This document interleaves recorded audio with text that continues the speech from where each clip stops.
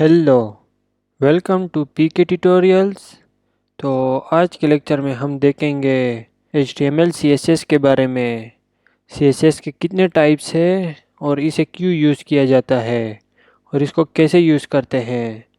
तो HTML में CSS के 3 टाइप्स है। नंबर 1 है इनलाइन CSS,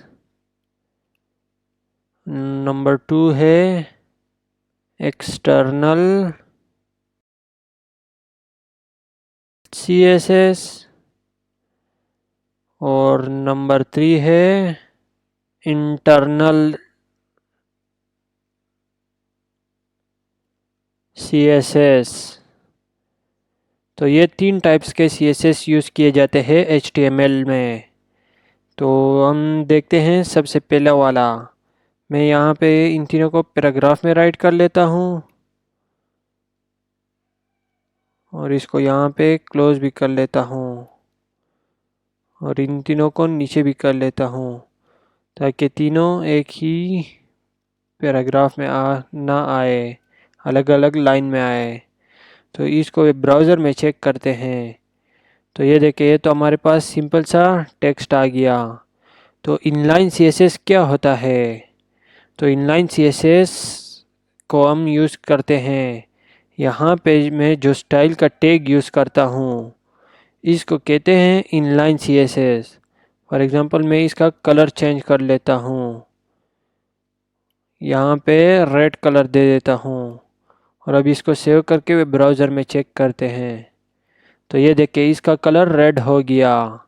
तो इसको कहते हैं इनलाइन CSS, यानी जो हम इस टैग के अंदर यूज़ करते हैं उसको इनलाइन CSS कहते हैं।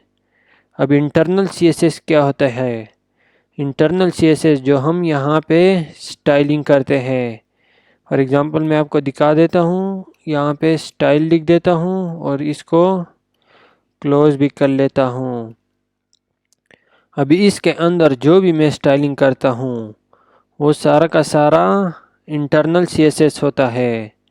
तो मैं यहाँ पे पैराग्राफ का मैं करना चाहता हूँ तो मैं वो लिख दूँगा पैराग्राफ का और अब यहाँ पे इसको बैकग्राउंड कलर दे दूँगा,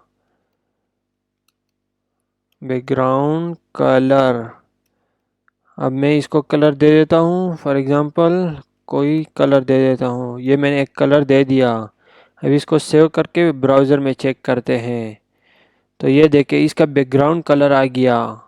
ये तीनों पे क्यों अप्लाई हुआ? ये तीनों पे इसलिए अप्लाई हुआ क्योंकि इसका मैंने पैराग्राफ को दिया इसको।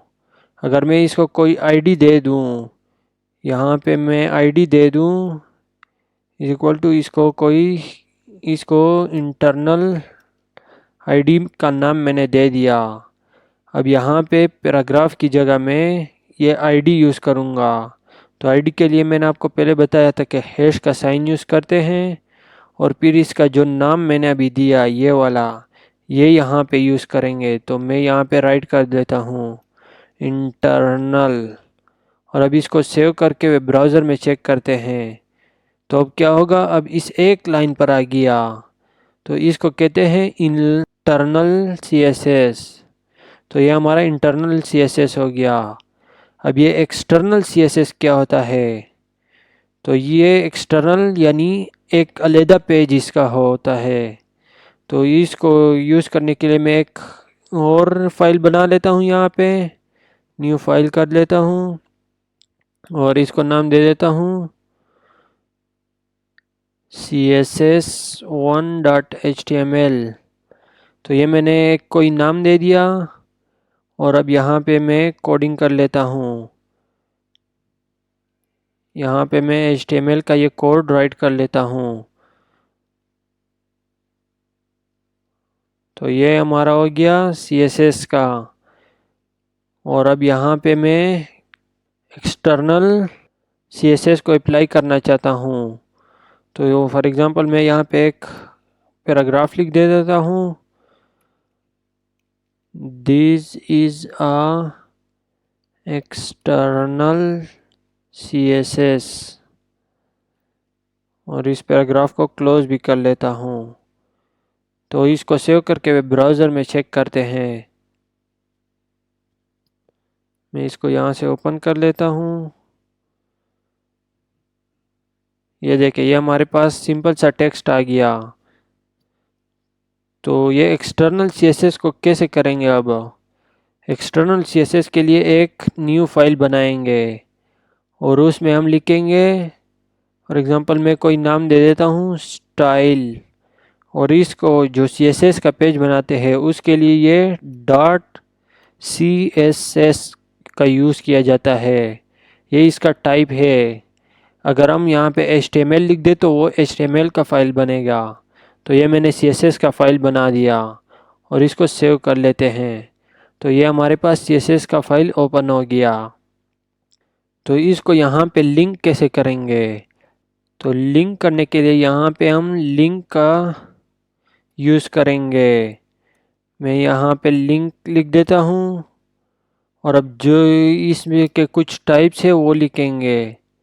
इसका टाइप दे देता हूँ टेक्स्ट स्लैश CSS, ये इसका टाइप है।